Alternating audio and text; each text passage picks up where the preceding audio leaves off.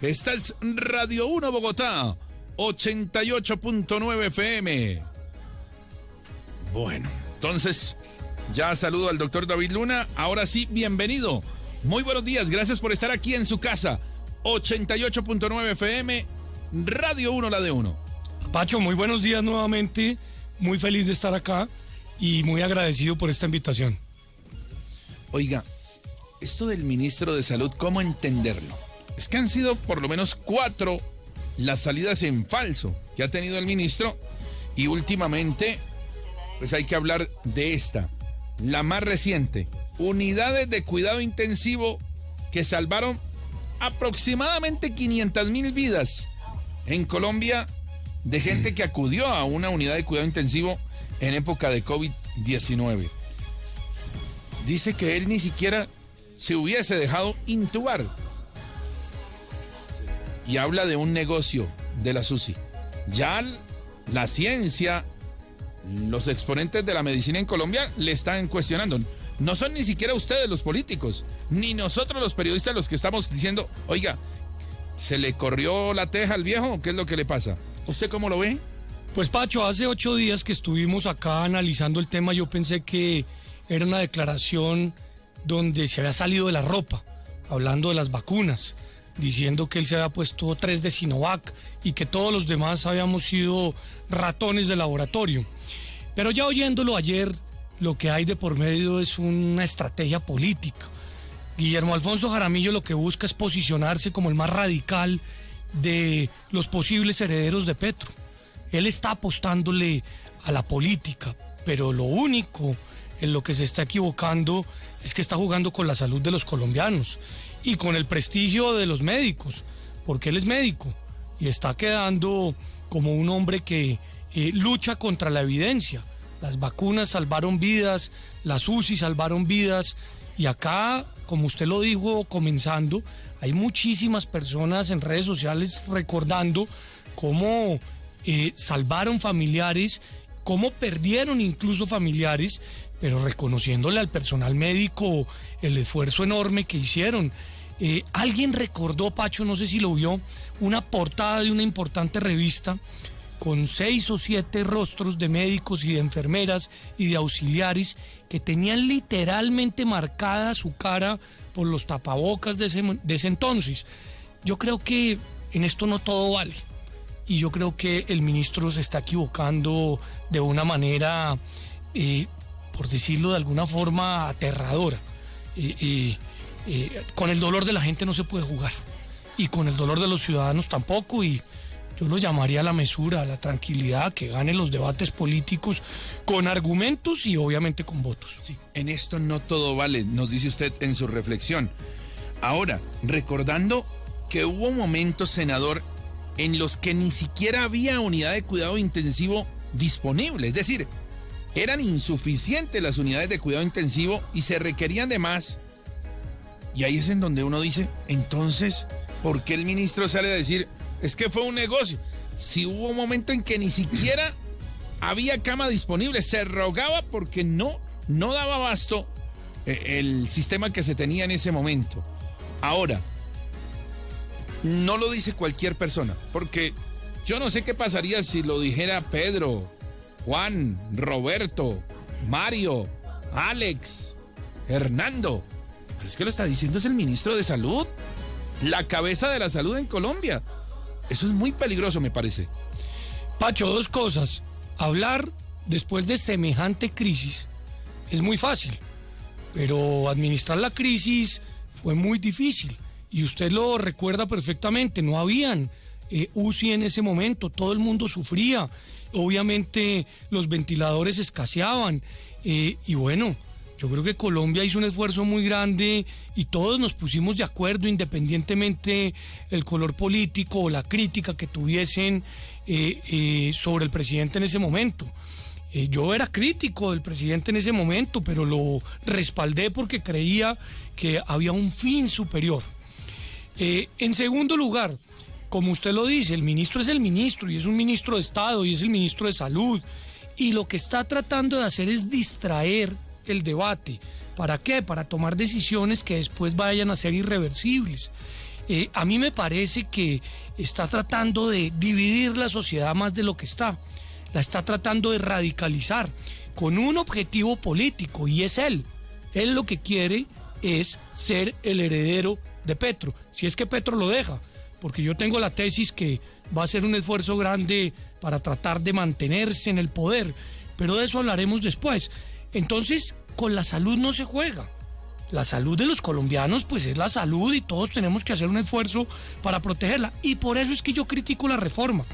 A las EPS hay que cascarles duro para meterlas en cintura, y hay que pagarles bien a los médicos, a las enfermeras, y hay que llevar salud a los sitios donde no la hay, pero no jugando con el sistema de aseguramiento. Es que se lo he dicho varias veces al ministro, si a mí, Dios no lo quiera, me da un cáncer, ese es un tratamiento que cuesta entre 400 y 500 millones de pesos. Yo no tengo esa plata, ni en el banco, ni debajo del colchón, ni me la prestarían. ¿Y qué es lo que pasa hoy? Que usted, o Mariana, o Mario Aníbal, que Dios los tiene en buena salud, no se enferman o no se han enfermado, y con esos aportes es que pagan el tratamiento de quien se enferma. Entonces, esa solidaridad del sistema es lo que la reforma está acabando, y a mí me parece es una equivocación. Bueno, ya nos vamos a meter en la reforma a la salud y otros temas. 6 de la mañana, 32 minutos, 6:32. Escuchan Radio 1, Bogotá 88.9 FM, 610 AM a nivel nacional, www.alertabogotá.com. También nuestra plataforma digital, las redes sociales, @alertabogotá, @pachoalerta. ¿Y las suyas cómo son, senador? @LunaDavid y @DavidLunaS. @LunaDavid, ¿en dónde? En X. En X, que era el Twitter, ¿no? El Twitter anterior. Entonces, en X está @LunaDavid. Exactamente. En Instagram, David Luna S. David Luna S. Igual en Facebook. En Facebook. ¿Tiene TikTok? Tengo TikTok, David Luna. ¿OnlyFans? No, ese todavía no lo he abierto. La verdad es que me da un poco de pena. 6 de la mañana, 33 minutos. 27 minutos nos separan de las 7. Escuchan Radio 1 Bogotá. 6 de la mañana, 42 minutos. Antes de ir a Corabastos, senador. Estamos con David Luna, senador de la República. Él del lado de la oposición, pero de una oposición que no destruye, sino de una oposición que ha analizado de manera inteligente el andar del gobierno de Gustavo Petro. Es más, hoy David Luna es de esos senadores a los que admira inclusive el lado del gobierno. ¿Y por qué? Porque el análisis ha sido serio. Él nos decía la vez pasada, aquí no es con burlas, ni con patanería, ni con groserías.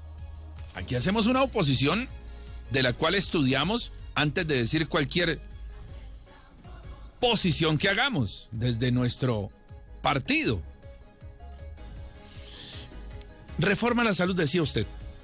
Usted se ha opuesto a la reforma a la salud. Se aprobó en la Cámara de Representantes, en esos 2 debates, 8 o 9 meses de discusión, atropellada en sus momentos, aprobada también como a la fuerza, como una serie de irregularidades, un Partido Verde aislado en la discusión. Pero ¿qué se viene ahora en el Senado? Porque se vienen 2 debates en el Senado de la República. Ahí creo que la va a tener más difícil la reforma, ¿no? Pacho, evidentemente, esta es una ley ordinaria, y cuando se quiere sacar una ley ordinaria adelante, se necesitan solo 4 debates. 2 en la Cámara, 2 en el Senado. Los 2 de la Cámara ya se tramitaron, ahora esta norma o este proyecto de norma llega al Senado, y ahí la discusión será bastante más dura, porque es una corporación más chiquita, y obviamente porque hay personas muy especializadas en esa materia. Nosotros hemos dicho que se necesitan ajustes al sistema de salud.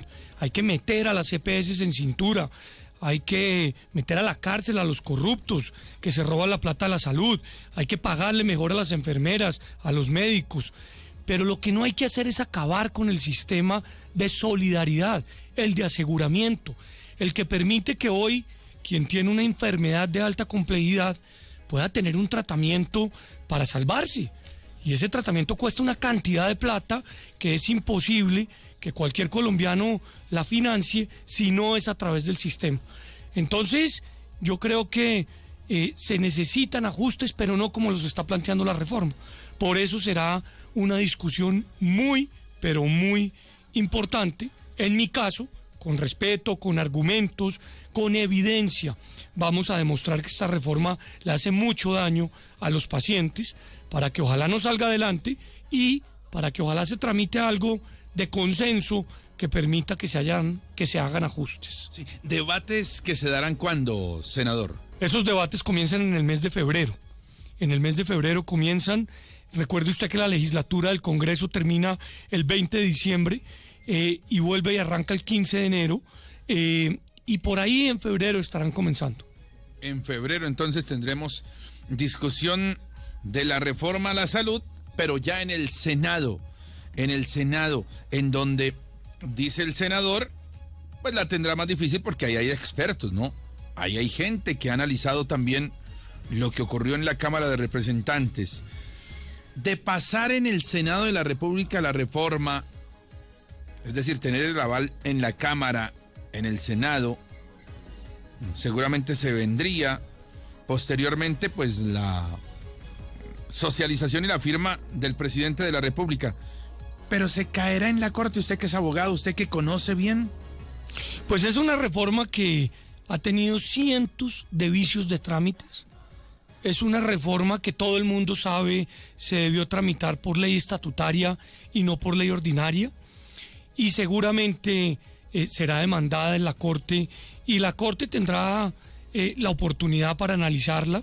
Creo yo desde el punto de vista constitucional y jurídico debería caerse, pero hay que esperar porque en el Senado todavía faltan unos debates y yo siento que ahí puede haber sentido común. Vuelvo e insisto, habrá un ministro muy politizado porque él lo que está pensando es en su futuro político, no en el futuro de los pacientes, pero seguro ese debate tendrá pues mucha discusión porque está de por medio es la salud. Yo entiendo que hay en muchos municipios del país pues rabia y furia porque a veces el sistema no funciona. Claro que eso hay que mejorarlo, pero lo general, que es el aseguramiento, no podemos perderlo porque ahí está el corazón de la equidad, de la justicia social. Eso no pasa en ningún otro país desarrollado donde quienes no nos enfermamos pues subsidiamos a quienes se enferman y eso pues hay que valorarlo y creo yo hay que aceptarlo en la medida que funciona bien. Sí. Senador, aprovechando que estamos hablando de salud, hombre, esto de la contaminación ambiental preocupa, ¿no? Un asesino invisible que en los últimos años ha causado la muerte de más de 8,000 personas como consecuencia de lo que vivimos, por ejemplo, en el aire bogotano. Hay unos sectores en donde la contaminación es todavía peor. ¿Se prenden las alarmas en la capital de la República con referencia a la contaminación ambiental? Pacho, usted me pidió hablar de Bogotá y yo todas las semanas juiciosamente traigo un tema. Creo que este tema es fundamental porque nadie lo ve y es la contaminación del aire. Mire usted, según el último reporte de la Secretaría de Salud, solo en 2023 hubo 23,000 casos de enfermedades respiratorias agudas. Y de esos 23,000 casos, 3,000 fueron en menores de 5 años. ¿Eso por qué se está dando? Por una contaminación excesiva. Bogotá tiene 18 estaciones de monitoreo del aire, deberíamos tener más y deberíamos tener nuevas. Ese es un llamado para el próximo alcalde. Y esas estaciones son las que alertan. En los últimos días tuvimos un pico altísimo de mala calidad del aire y tenemos que trabajar en reducirlo. Eso no solamente es la contaminación de los carros, de los buses, también es la falta de pavimentación de las vías locales o también es la alta concentración de gases cuando el clima pues tiene unos cambios abruptos. Entonces en este tema tenemos que trabajar. ¿Y sabe por qué yo lo sé?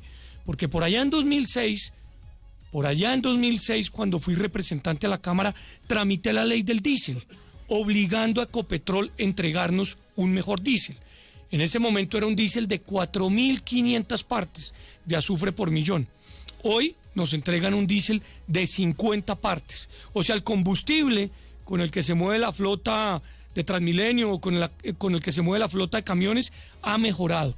Pero no le han instalado, por ejemplo, a muchos de los buses los filtros que necesitan para contaminar menos.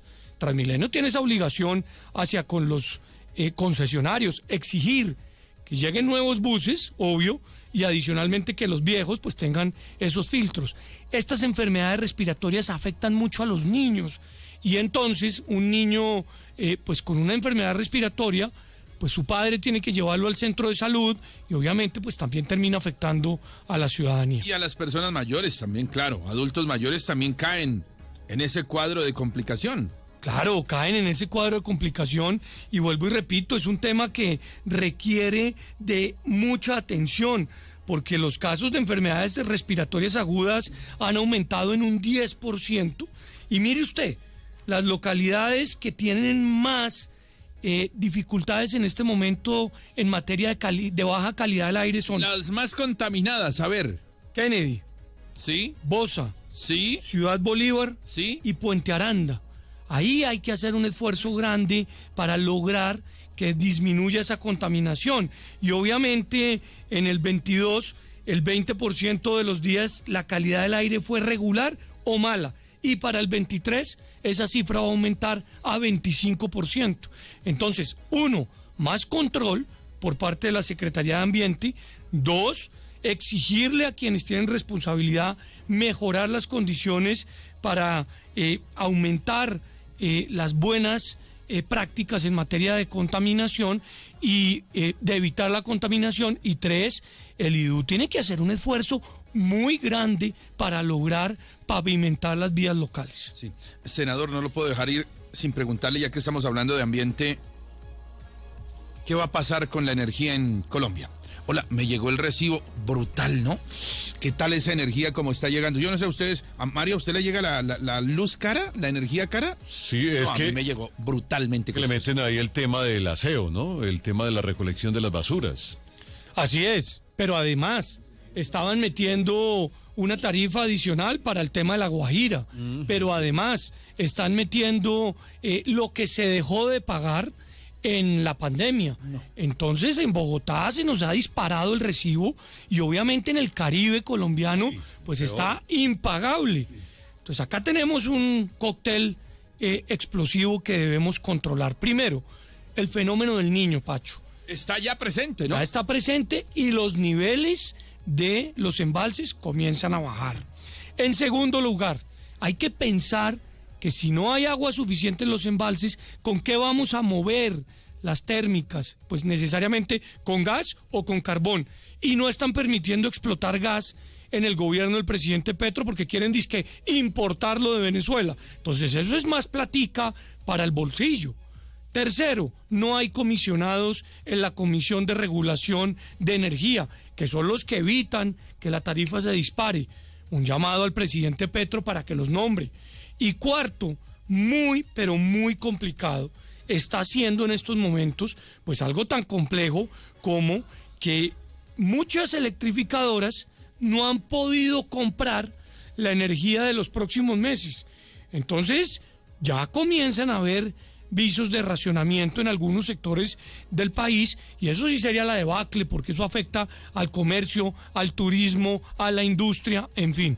Esta es una alerta que yo llevo haciendo desde marzo de este año, cuando entonces la ministra Irene Vélez me dijo, está grabado además, que yo no me tenía que preocupar y yo no tenía que alertar a los ciudadanos porque los embalses estaban full. Olvidaba que se venía un fenómeno del Niño agresivo como el que ya comenzamos a ver. ¿Vamos a tener racionamiento o no? Pues yo espero que no, pero hay una alerta grave para finales del 24 y para comienzos del 25. Así lo alerté yo.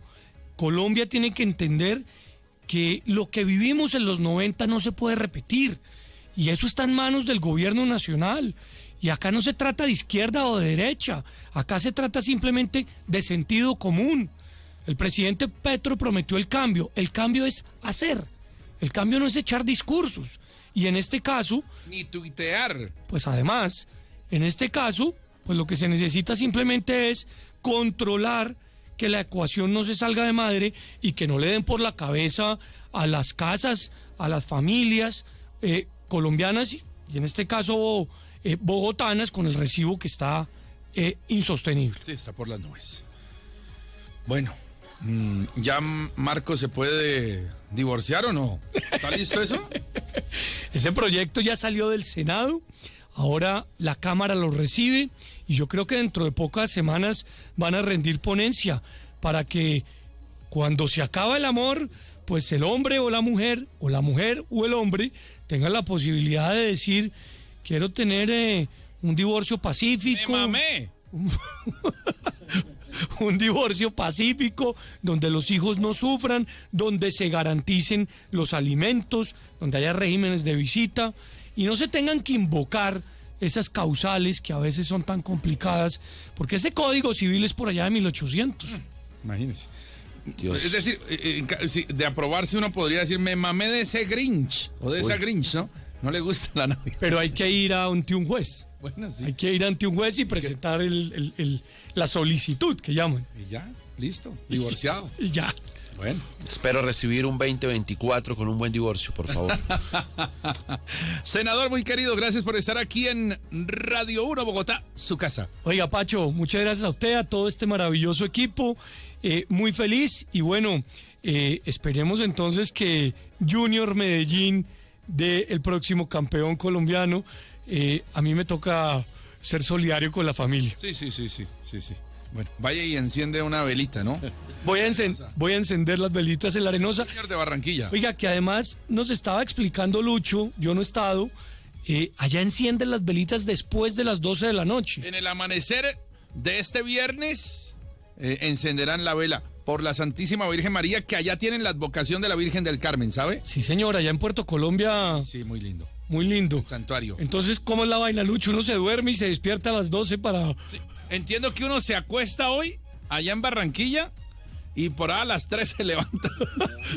No, y con el partido de anoche creo que nadie está acostado, ¿no? Oiga, pero Siguen disfrutando. uno llega a hacer esa gracia acá en Bogotá y le da pulmonía. No, claro. Senador muy querido, gracias por estar aquí. Gracias a ustedes. Bueno, permítame ir a Corabastos.